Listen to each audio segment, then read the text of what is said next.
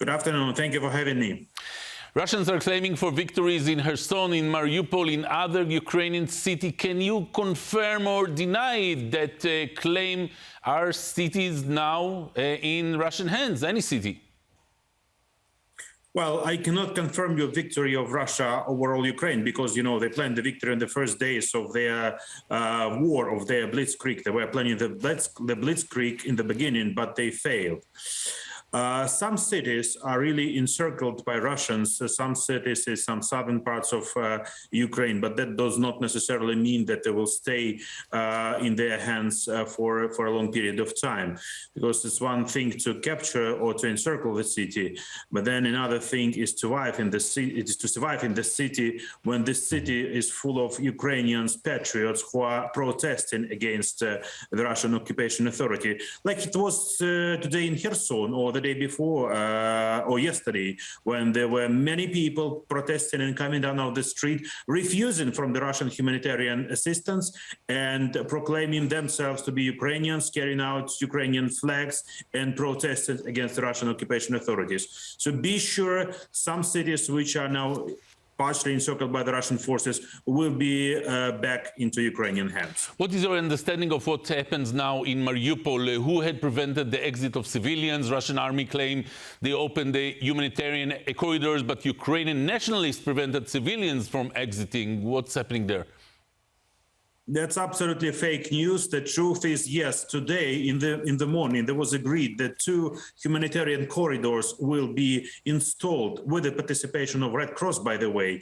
2 corridors from Volnovakha, which is a city in the east of Ukraine, which is suffering already for several days, and people are in the humanitarian disaster there. And yes, the second corridor should have been established in Mariupol. So the local authorities of Ukraine were ready.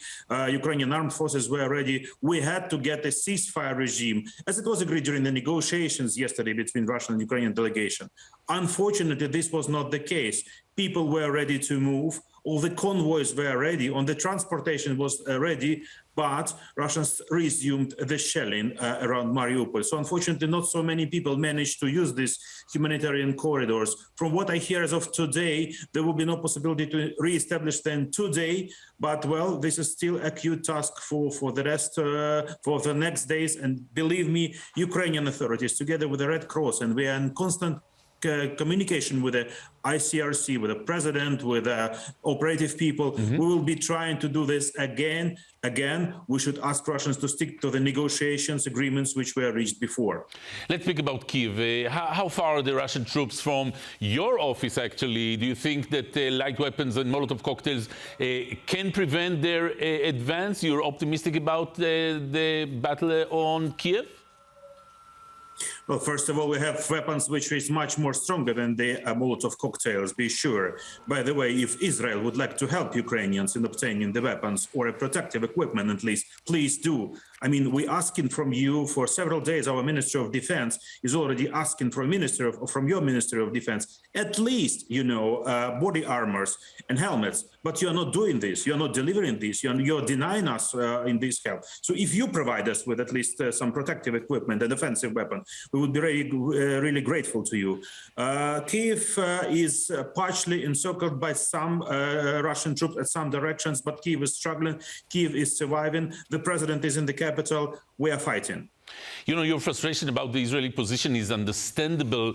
The question, can you understand in some way, you know, the position of Israel between the necessity to keep contact with the Russians who are actually present in our northern border? What happened with the field hospital that Israel promised to send to Ukraine? I don't have the knowledge if Israel has sent already this field hospital, but asking your geopolitical question, yes, I understand the complexity of your position, but please understand the dire situation in Ukraine. People are dying every hour.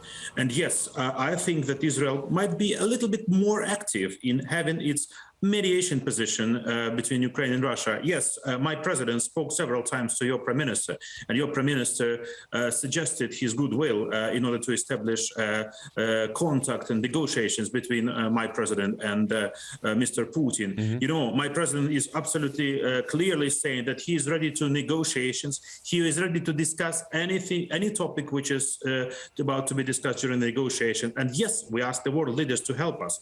And really, knowing your relations with Russian Federations, we're counting on your support in this regard. Right. Unfortunately, these mediation activities not bringing the results. So I will urge you to double, to triple your activities in order to achieve peace in Ukraine. Lastly, Mr. Zelensky expressed his frustration today from NATO forces.